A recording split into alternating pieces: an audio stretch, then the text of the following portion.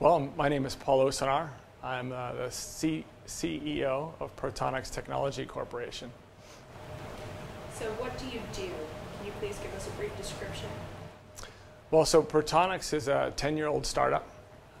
We started with a number of other people to look at advanced power systems and fuel cell technology, mostly for portable applications. And up until last year, I was actually the Chief Technology Officer, and now I'm the CEO. Did you choose that career path specifically?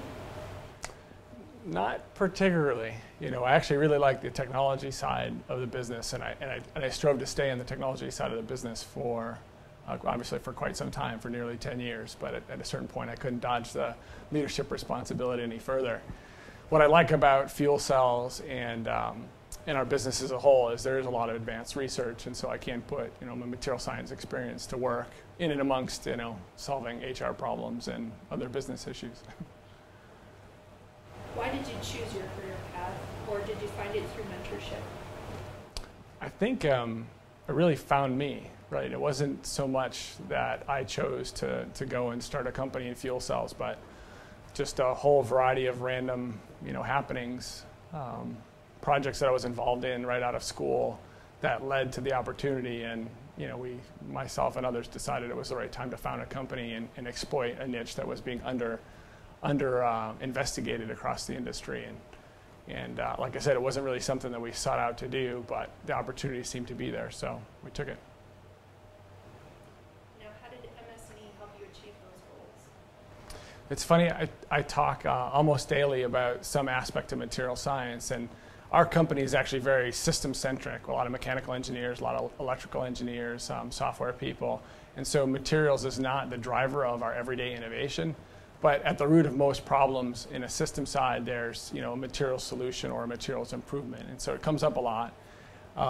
I benefited from the material science degree in the kind of ground up problem-solving skills that come out of that, and I think it's useful across all sorts of different industries to be able to get involved at the nitty-gritty level, and you can always build on top of that, right? If you don't understand the underlying principles, you may or may not be able to solve a problem. Is there one class that you found invaluable after you graduated? I really liked the senior thesis. I did a bunch of research when I was here, and if nothing else, it just captured my imagination in materials and actually drove me to grad school, which was a great experience too. And so, I looked at the ability as an undergrad to get that experience as being, it's hard to calculate how valuable that's been to me in my career. Now, what is your best advice for our MS&E students right now? I say experience.